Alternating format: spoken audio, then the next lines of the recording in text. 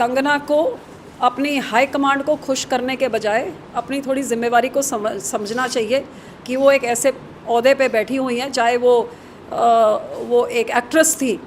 Actress होने के नाते भी बहुत सारे लोग उनको फॉलो करते हैं। जब आप बेहुदा बातें आप करती हैं और फालतू की टिप्पणियाँ करती हैं, उसका रिएक्शन होता है। अब आपकी मदर को कोई जो वो शब्द बोलते जो आपने दूसरों की मामों के लिए बोला, तो मुझे नहीं लगता आपको भी अच्छा लगेगा। तो आपको जब उसका भुगतना पाया, उसमें अपनी गलती देखने के शर्मिंदगी महसूस करने के बजाय आप और दो चीज़ें और उनको आतंकवादी वगैरह बोल के, और तो आप ये जो आपकी पार्टी की नीति है जहर घोलना, ये अपने ज़बान पे आप लगाम दें और जहर घोलने के बजाय मलहम लगाएं और मिठास फैलाएं, तो शायद इन चीज़ों का आपको सामना नहीं करना पड़ेगा। मैम, बड़ी वोटों से लीड हासिल करी है, जीत हासिल करी है। 13 जिलों की बात करें तो भगवंत मान आपके गांव में आके रैली करी थी, उनको क्या संदेश? उनको तो बठिंडा के लोगों ने जवाब दे दिया कि 13 सीटों में से तीसरे नंबर पे जिसमें सबसे हाईएस्ट वोट्स पोल हुई हैं वो बठिंडा पार्लियामेंट्री हल्का है। बाकी जो 1 और 2 नंबर में है वो पहली बार ही खड़ रहे हैं, और ये चौथी बार ही खड़ी हो रही हूँ। और तब भी बठिंडे के लोगों ने पूरे 13 सीटों में से सबसे तीसरे नंबर की वोट जो हाईएस्ट पोल हुई हैं वो बठिंडा से हुई हैं। मेरे 9 में से 5 पार्लियामेंट्री हलकों में मेरी लीड आई है। एक हलका मैं 250 वोट से पीछे रही हूँ और एक हलका 500 वोट से। सो मैं तो समझती हूँ 9 में से 7 में मेरी लीड आई है। और 9 के 9 हलकों में आम आदमी पार्टी के एमएलए हैं।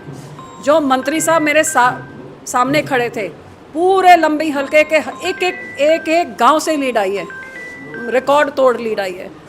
जो उनके आम आदमी के प्रधान बुढलाडा से हैं, उधर से मेरी रिकॉर्ड तोड़ लीड आई है।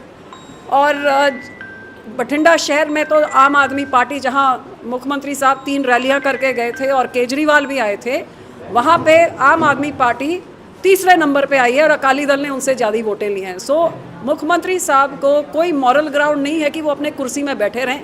अकाली दल के साथ के लोगों को उन्होंने टिकटें दी, पूरा प्रशासन का जोर लगाया, सारी पार्टियां इकट्ठी थी, तब भी पहले से ज़्यादा डबल रिकॉर्ड के लीड से लोगों ने इस बार फतवा दिया है।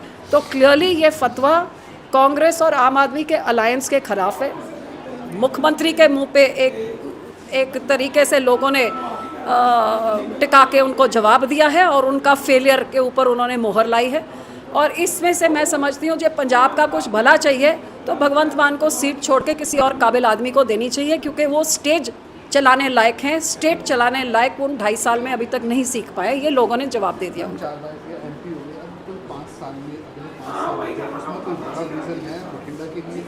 देखिए, बठिंडा के लिए तो बहुत सारे विजन है। मैं लोगों को बेनती करूंगी कि ठीक है, ये पंजाब में आज बहुत ज़बरदस्त एंटी बीजेपी वेव जो चल रही थी और लोगों ने उसके खिलाफ फतवा दिया, जिस करके मुझे तो बीइंग अ सिख मुझे दुख होता है कि इन दिनों में जिस कांग्रेस पार्टी ने हमारे अकाल तख्त साहब पे हमले किए, जो सिखों का कत्लेआम किया, और उस सिखी की एरिया से सबसे ज़्यादा लीड 7 सीटें कांग्रेस लेके जाए, तो एक सिख के नाते ये दुख तो कहीं होता है। पर ठीक है, ये लोगों का फतवा था और मैं उम्मीद करती हूँ कि लोग इस चीज़ को पहचाने कि जहाँ आम आदमी और कांग्रेस इकट्ठी होकर लड़ी थी, अब मेरे हलके पे इन्होंने बूथ भी इकट्ठे कर दिए थे, वोटें भी इकट्ठी डाली हैं।